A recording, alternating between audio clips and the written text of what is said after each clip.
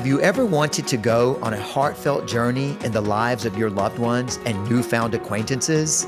Do you enjoy listening and engaging in uplifting discussions that leave you motivated and inspired to take action in your own life? This podcast is a space where we have in-depth conversations on family, health, spirituality, entrepreneurship, and well, just plain old life. I'm Jesse De Leon, and this is my passion. Join me on a walk into the fascinating narratives and meaningful conversations that shape our experiences. Welcome to The Knowing, a Life and Stories podcast. Welcome, everyone. I am so excited to have my next guest on. He is coming live to us from Copenhagen, Denmark. He's originally from a little town outside of Oslo, Norway. And I just want to say he is a husband first, a father, a son, a brother, and a friend. I also want to mention how special this man is and how we can all take a page from his handbook on how to be a great and loving husband. As he said, and I quote, when I asked him to be a guest on the show, he said, "I'm happy to do it, but the only stipulation I have is that I can that we can schedule the time for about 4:30 his time so that he can get home in time to do the show and also prepare dinner for his wife." So I just want to make sure you got a little background on him. So welcome to the show, Martin Aspelund. Welcome, Martin. Thank you so much, Jesse. Thank you for having me on. I'm so excited. I just want to give a little background to how I came to meet you and have the great pleasure to have you on the show. You came across my newsfeed on my Instagram page, and the minute I saw you talking about books and you were very specific about the amount of pages. You give the little synopsis on the book, and then you tell us the title.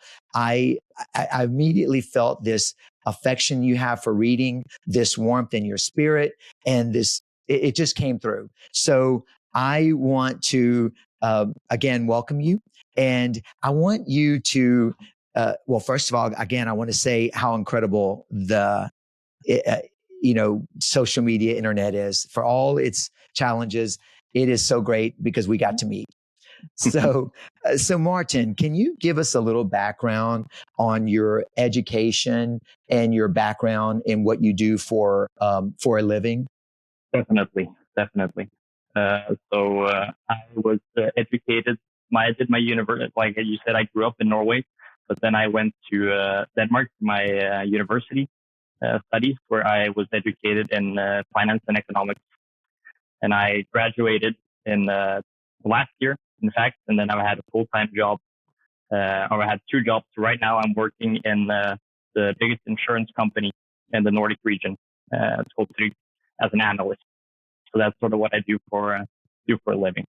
That's great. And so tell me, Martin, what inspired you to do this Instagram page on reading fiction and nonfiction, and what was the inspiration? Because I'm telling you, it really touched me in the 30-second spot that I saw you in. I just had to talk to you. So what inspired you to do the Instagram page?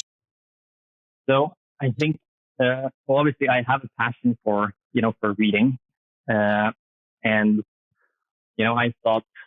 I think there's a couple of reasons. One thing, I thought it would be a great way for me to sort of explore that passion myself, because through putting up these little videos, I get to sort of rediscover some of the books that I've read. And then I also have sort of a nice motivation to continue to read and then also to explore different parts of literature. For instance, poetry, which is something that I don't know too much about, but it's something that I really enjoy. Then I can sort of use this little platform to sort of explore that together with other people as well, to sort of share that passion and hopefully joy, so that it's sort of it's something that other people can sort of pick up and enjoy as well. And you've had a lot of success in having having your Instagram page, because I believe you said that you started the Instagram page like 4 weeks ago. Yeah, just a bit over 4 weeks ago. Amazing. And you have Yeah. so many followers. Well, I have a few. Yeah, it's been a little bit wild. I think it's some 30,000 now, and That's incredible. it is really incredible. So You know, I've been lucky. Martin, I'm sorry for interrupting you because I'm so excited to talk to you because I did not know when I saw you the first time. And then when I started the communication, the dialogue with you about being a guest on my show, I had no idea the amount of guests, followers you have. It wasn't about that for me. It was absolutely, I could feel your passion. So I just want to affirm you that you are definitely doing some good because it came through in just like I said, that first 30-second news, that feed that I had on my Instagram. And I just was so excited. I couldn't wait to reach out to you. And then you kindly reached out, back a couple of days later. And I was just, oh my God, this is great. Now this is the opportunity to ask you to come on the show. So that's pretty Awesome. It's exciting. Is there what other fun stuff is happening as a result of your Instagram like blowing up like that? I don't know. It's some of my friends and my dad are a bit excited as well, and my wife as well. No, it's just a fun ride, and I'm not taking it too seriously. I'm sort of just trying to play with it and sort of have a good time with it, and then we'll see what happens. But the most important thing is just to try and enjoy it and sort of be grateful about the little success that I've had so far. Sure. Well, it's so special that you even took the time to respond to my message. I didn't really expect that you would. I would hope that you would, but because the importance of reading to me, it's imperative that we read and that we encourage reading. And so there's a reason why you have that success, because that's part of your gift, and it's part of the plan, the bigger plan for you to encourage reading through your passion. It's just really remarkable. And I'm, again, so excited to have you here with us to talk about it. Can you tell me, give me a little bit of background about your family background, like before your wife, your mom, your dad. I know you said you have a brother as well, and I'd like to have you share some of that with our listeners. No problem.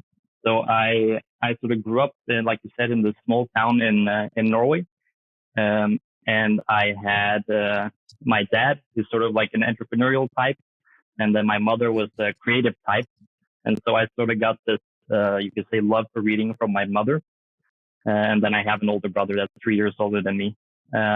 But when we were quite young, we were unfortunate in that my mother passed away from cancer, which was so something sorry that to hear that. Sort of had, thank you.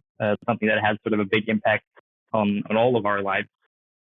And I think that's also another reason why I really fell deeper in love with reading, because it sort of became a tool for me to, what would you say, unpack some of those emotions that I experienced at quite a young age, when I was 14, which when it happened, I don't really think I was able to deal with those emotions and process it that much. And it wasn't for lack of sort of effort from my dad and that kind of thing, because I had, the ability to talk to psychologists and all this, but I just wasn't willing or ready. And then sort of as I grew older, then I realized that, maybe I should try and figure out what actually happened to me here, and try and sort of unpack some of those emotions. And I found that reading psychology was a great tool in doing that. And that's sort of one of the reasons why I'm so interested in that field of study at the moment. And then, it's also a great way to explore other interests that you have in life, because, when you go to study, then you're sort of become an expert in one field, but then sort of as you're doing that, you might realize, I'm also interested in this, I'm interested in that. And then, literature is a great way of doing that, I've found. It is, Martin. And thank you for sharing that. I want to talk a little bit about that in a moment. But I just want to also say how reading has helped me through the years. I also lost both my parents. Actually, I was 29 when my dad passed away, and I was 31 when my mom passed away. And in the time after my dad passed away, my mom and I would sit in our den and we would literally read to each other. She Oh, would wow. choose something. I would choose something that I felt inspired to read. And then we would take turns reading from that book. And so it was very healing for both of us at the time because she was missing my father and I was missing him as well. And Mm. I just know how special that is. And I really appreciate you sharing that part about your life. I want to touch on that a little bit more because I recently, sadly, had a friend who passed away, and she has two amazing, fine young men, Mm. sons. And one is, I think, just starting his college career at 18, Okay. and her other son is only 17, a senior in high school. So, what and I know they're feeling so many emotions right now and such a big loss in having lost their mother. And then of course they lost their father when they were, I think 5 and 4, maybe 5 and 3. Oof, that's horrible. What did, it was horrible, right? Yeah. So what in particular, uh, I know you said your mother was a big force for why you have a passion for reading. What did you Is there anything in specific that you read in that time after having lost her that you can share with us? Um, so this comes a couple of years after that I started reading something that I think sort of had a healing effect in relation to that, because right after she passed away, I I think the only thing that I was reading was books on economics and finance and security analysis. So that wasn't Yeah. exactly didn't really help in that department. It was keeping But your mind off of things, I'm sure. you can say that, yeah, that's for sure.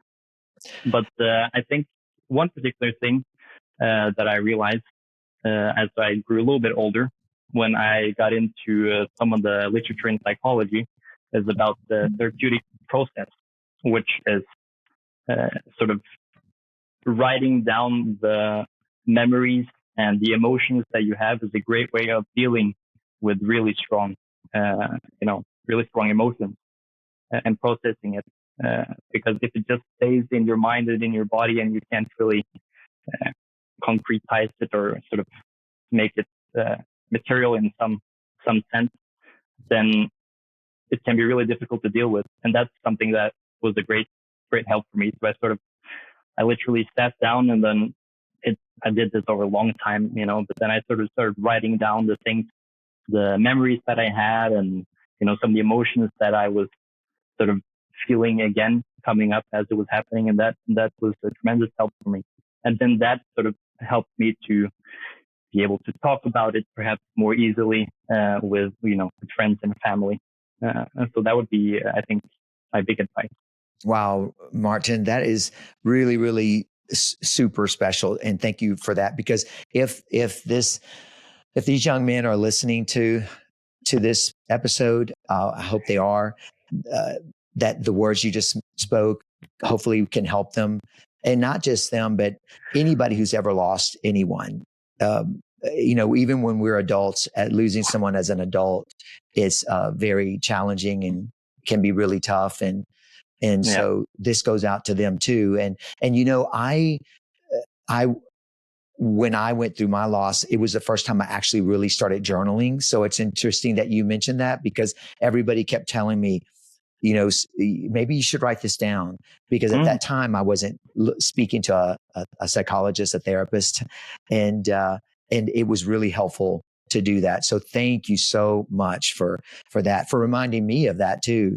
As I do the podcast, I am journaling, but more so taking notes. Yeah. And it's great. And then of course, the reading definitely takes you to another place, right, Martin? Yeah, that's for sure. That's I, for sure. I remember for me, reading as a kid, we lived on a farm, so we didn't travel that much. Yeah. But for me, in my mind, Martin, I was traveling all over the world. And so when I finally was able to travel as an adult, Mm. everything seemed so familiar to me. The streets, the cobblestone streets in Europe, the streets in New York City. I just was so familiar. It really is transformative and Yeah. was transfixing for me to have experienced that. So that is the importance of reading. What do Completely. you recommend, Martin, um, to inspire both the youth and people of all ages to Yeah. pick up a book? Because I was speaking to someone, an adult, that said, God, I just can't sit down long enough to read more than a paragraph, more than a page. And so I said to her, you know what? Just start with a sentence. Right. Tell Yeah. me what you tell me. Please That's a speak great to my question. viewers. Because I also get, I've also gotten some messages on Instagram where people are also sort of wondering the same thing. And I think, well, personally, I'm a little bit blessed in the sense that came easy to me, that I didn't really have to struggle too much to start to read. But I think the fundamental thing is that you need to find something that you're really interested in, or it needs to be sort of a story that really captivates you or something along those lines, because otherwise it's going to be a real barrier to get started. So I'd say that would be the first thing. And then like you said, I think just starting small in the beginning, just, reading a sentence, a paragraph, a page. You don't have to, finish half the book in one sitting. That's not the goal. You can derive real joy from just a small reading session. And, I think it's a great, sort of a way to get some alone time in a world that's also extremely busy, which is important. So it's also a good idea to perhaps try and, schedule some time to try and sit down and attempt to read. And even if you don't manage to read, then at least you get a little bit of, yourself or you time, which can be a good thing in any case. Would you recommend, when you said schedule, it made me think of someone that gave me advice too, that it's important, just like we schedule in our appointment book, our calendar, things that we got to have, we want to get done that day, that it's just as important to schedule a time in your book, in your calendar for reading as well. Do you agree with that? Yeah, I think that could be a great idea. Especially, I think if you're interested in sort of getting into reading, then I think that would be a great place to start.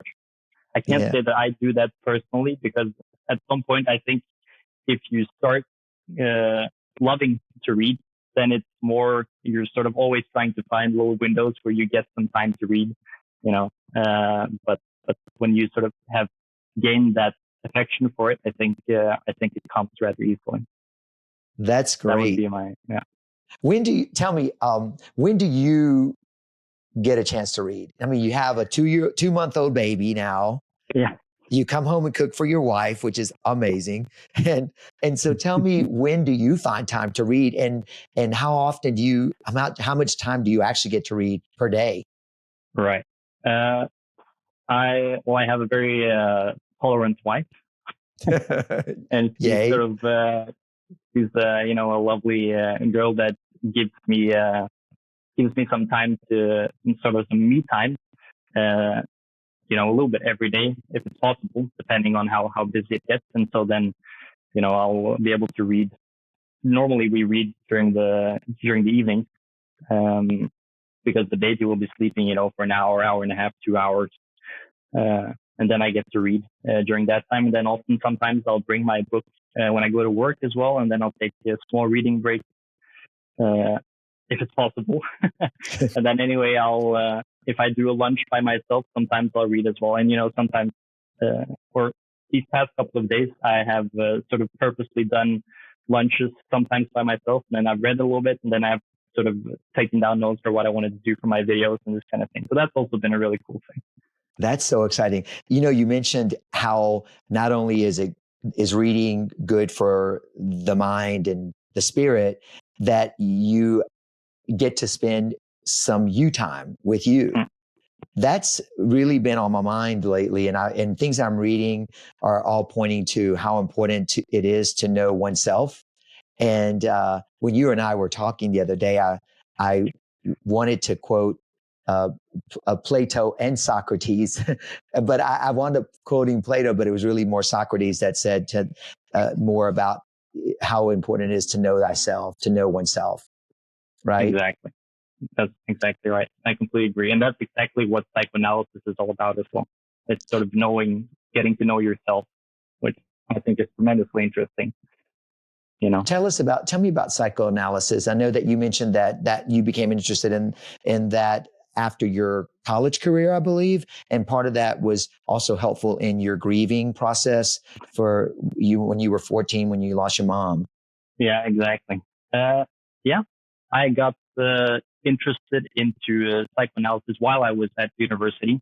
And, it was one of those things where you're studying something and then you're thinking sort of alongside your studies, like, oh, did I actually choose the right field?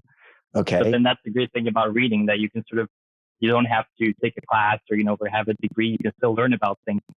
And so that's why I sort of started to pick up a couple of different books, but the ones that I really, the author that I really fell in love with was Carl Jung, which was he was a Swiss psychiatrist, and he had some tremendously interesting ideas, I felt, and sort of his books are relatively dense, and then, it takes a long time for me to go through a whole book, but then, like, every other sentence is, a new idea that you can think about for a long time and hopefully understand, Sure. And so I would recommend anyone that's sort of a little bit creatively inclined to look into some of his ideas, Can you mention his name again? And if you could spell it, I'll also try to mention it on the show notes at the end of the episode. Yes. His name is Carl Gustav Jung. So Carl, C-A-R-L, Jung, J-U-N-G. Okay, excellent. I am familiar with him. I don't believe that I've read any of his work, but I will definitely check it out because I'm so interested in psychology as well. I always have been. You mentioned, it's what's so great about conversation is we don't know where it's going to go, but you mentioned how you wondered if you chose the right path in your studies at school, and then you said, but it really doesn't matter. You can always learn and grow on and teach yourself new things, right? So there's so many people who later in life are a little bit confused and wonder if they're doing what they love to do. It's never too late, is it, Martin? No, definitely not. And that's the great thing about literature. There's so many great minds that you can interact with, which is how I think about books really, is you sort of get to meet another person and how they think. And that's essentially what reading is. And then there's a diverse range of topics that you can choose to sort of learn about and look into through literature. And that's sort of a wonderful thing, I think. Martin, thank you for that. Gosh, that's a great way to look at it. I never really thought about it other than the way I think about reading is I can fix myself or transpose myself or travel in my mind to another space, another time. And that's a great way. Thank you for that. That's super enlightening. And I really, really, gosh, I'm so excited about this episode because reading is so important and what you're doing is so important. And I'm telling you, I want to share you with everybody, with the world. I've already been talking about you before. When you agreed to come on the show, I was telling everybody that I know that I was coming in contact with. I said, guys, pay attention to this episode. What is your goal for the future? You have a wife and you have a little girl, and that's all exciting and new. Tell me where you see yourself 5 years, 10 years, where you hope to see yourself in 20 years, maybe even. Oh, that's a big question. I think for me the fundamental thing is that I have a happy and healthy family. That's possible, to have a greater and stronger relationship with my wife, and to be able to see our kids grow up and to make her own decisions and choose what she wants to do with her life. That's what I'm looking the most forward to see. And then alongside that, I mean, I've just started on this small little journey with this literature. What would you say? Well, this literature channel or thing. So I'm excited to Conversation, see how right? this is going to develop as well. You know, I want to try and expand a little bit into different platforms as well, YouTube, for instance, and try and make a little bit longer form content. And then hopefully, if that can sort of continue to grow, then if it's possible to monetize that in some way, that would be the dream. And yeah, I think that's what I'll share for now. Then we'll see what. Martin, you are already on that journey and that dream. I mean, it's already happening. So I'm just going to encourage you to definitely get your YouTube channel going, and anybody who's listening and viewing, those of you who already know Martin, and those of you on my end that will come to know Martin, that anything is possible. And look at me, I've just started this podcast. It was something that I was so terrified, Martin, to do. I just kept using every excuse not to do it. Yeah, exactly. And now I'm doing it. So as far as the YouTube, you can definitely get that started whenever. I'm going to encourage you to do it, because it's important, and we need to encourage reading around the world. And hopefully, who knows where in the world that this episode will be accessible to people who are just come across this episode. Exactly. That's right. And that's one of the beautiful things that I've experienced through this Instagram profile as well. There's a lot of people that have reached out, and they sort of said that you have reignited my sort of passion and joy for reading again, which is just the most amazing thing that I could ever hope to hear. That's exactly, what I want. So that's really, emotional and nice to see. Yeah. Well, I want to also just go back a little bit and you just mentioned about your dad. You talk about him, he and your brother with such affection. I also want to mention your aunt. So when she sees that episode, she knows that she was thought of, right? That's right. That's right. She's also a wonderful, wonderful person, like a second mother. That's amazing. Well, I mentioned her because I wouldn't be where I am today if I didn't have the loving people in my family and my friendships around to support me and to encourage me, because this would not be happening. So I just want to I want to encourage you to keep doing what you're doing. I want to thank you so much. I'm like so excited inside to have you on the show. And I look forward to getting to hear more of your encouraging inspiration on reading, and hopefully you'll be a guest. You'll come back on the show sometime in the future to kind of give us an update about where you are and what you're doing. And certainly. Is there anything else you want to? Oh, thank you. Is there anything else you want to mention about your about this exciting phase in your life? No, I don't think there's anything else. I mean, but if you're interested in in literature, then you should definitely go and check out my Instagram profile. I just announced that I'll start doing like a monthly read along followed by a live discussion of the books. I think I'll continue to do that because there was some people that wanted to partake, and so sort of stay tuned for that. Well, great. Well, I'm going to put that on the show notes as well. Make sure that you get that information to me, and we'll put that on the show notes so people can have easy access. Martin, awesome. Before we go, I want to again thank you. I want to thank your wife for just encouraging you and supporting you and lifting you up and having your back. And making it possible for me to get to know you and have met you, and now for you to be accessible to people that I know. I want to give my viewers and listeners a little sampling of your reading. So would you mind reading a poem by Robert Frost? I want you to lead us out of this episode with one of my mom's favorite poems. and it's called The Road Not Taken. I actually read this. We used to read this to each other, and I especially to her. And then I read it in her eulogy at her funeral. So would you mind Wow. taking us out? Yeah, it's right. That's incredible.